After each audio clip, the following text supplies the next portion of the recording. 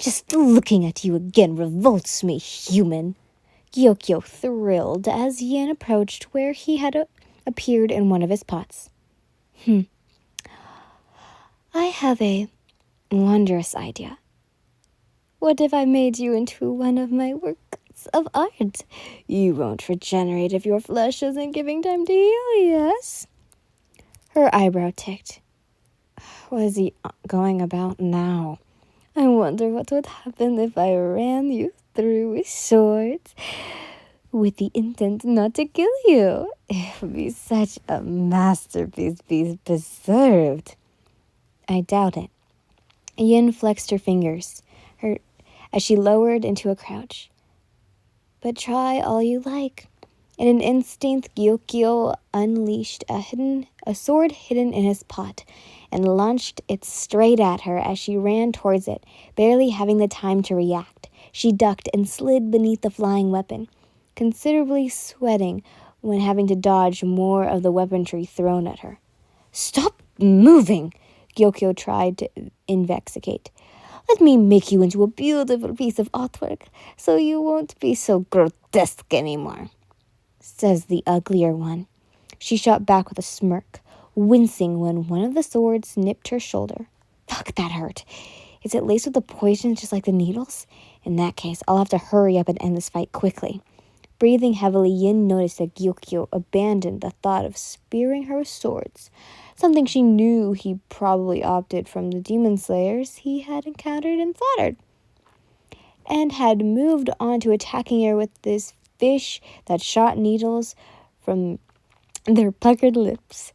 As he requested for her to stop moving had been ignored, he would force her to completely by using the poison-tipped ends to paralyze her.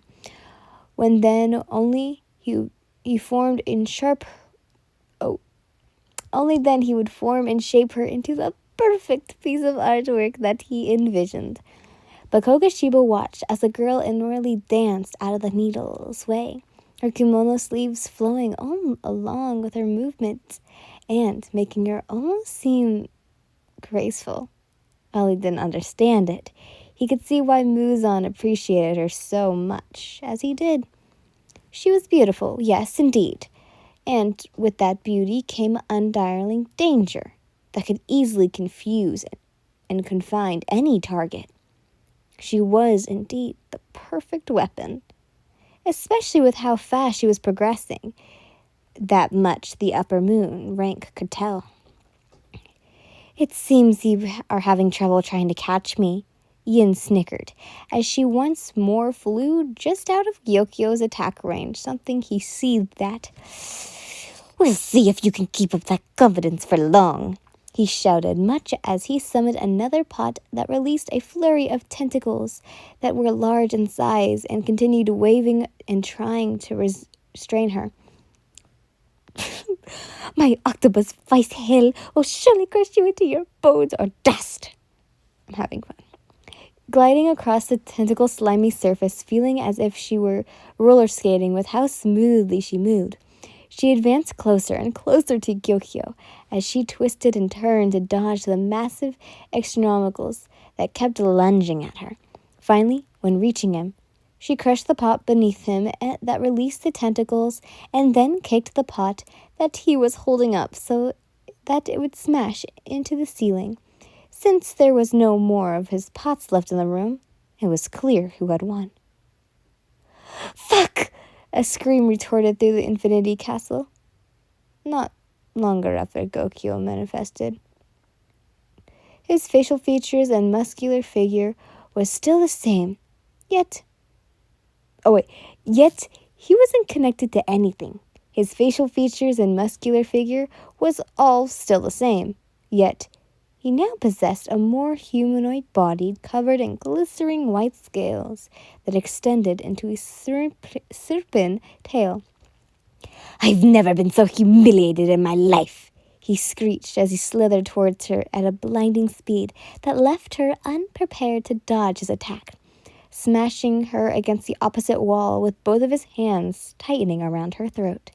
To think I'd lose to a human who has no training or carries even a weapon. I will not allow such travails to befall my elegant self. With a last bit of strength left in her, Yin planted her feet against the demon's chest and pushed him away from her before he could snap her neck, effectively being released while dropping to the floor. Shivering from the slimy texture of his webbed hands, she stood up and watched as he quickly regrouped himself, now the two circling each other with unstirred amounts of hostility. Not even a second passed before they were at each other's throats yet again, the girl hissing in pain when trying to strike at him, only to discover the scales he was covered in were tougher than diamonds. Not allowing that to stop her from winning the match, she dodged Gyokyo's punches that she knew could turn anything it touched into fish and grabbed the edge of the ceiling, flipping herself around so that her legs were crouched around his neck. Jerking his body backwards, she then flipped him over and successfully overpowered him, but he didn't stop trying to kill her. This would be so much easier if I had a weapon, something that could display that I won. However, just as Gyokyo grabbed Yin painlessly tight, his arms reeling backwards so he could kill her, just so desperately wanted to. That same arm then dropped to the floor as it detached from his shoulder. Gasping, in shock and rage, he stopped his rampage when seeing that it was Kokoshibo who did such a thing, his sword drawn out, and now pointing at his neck in warning. Swallowing thickly, Gyokyo let Yin down before reverting back to his potted form. The match had already been decided, Upper Moon 5. When the human destroyed all your pots and left you unable to move into this room, Kokoshibo spoke coldly before sheathing his sword. Do not humiliate yourself any further by going against Muzan-sama's wishes. If you hurt her any more than this... He looked at you and then back at him. He will not hesitate to kill you. Nodding his head in understanding, Gyokyo was quick to teleport himself away. Yin then collapsed onto the floor, exhausted. I won. Fuck yeah. It's time for Toakawa Era Secret. Kokoshibo let the match draw out longer, mainly because he wanted to see how Yin would fare against Gyokyo's true form. Yin was poisoned during her match with Gyokyo, the factor adding to her exhaustion. Kokoshibo personally has no thoughts on Gyokyo. However, he didn't like how he kept threatening and intimidating Yin like he did. So he stepped in and reframed his hierarchy. Also, I'm sad that I don't get to voice him anymore. It was so fun doing that. I changed his accent so many times, so I have to be nice.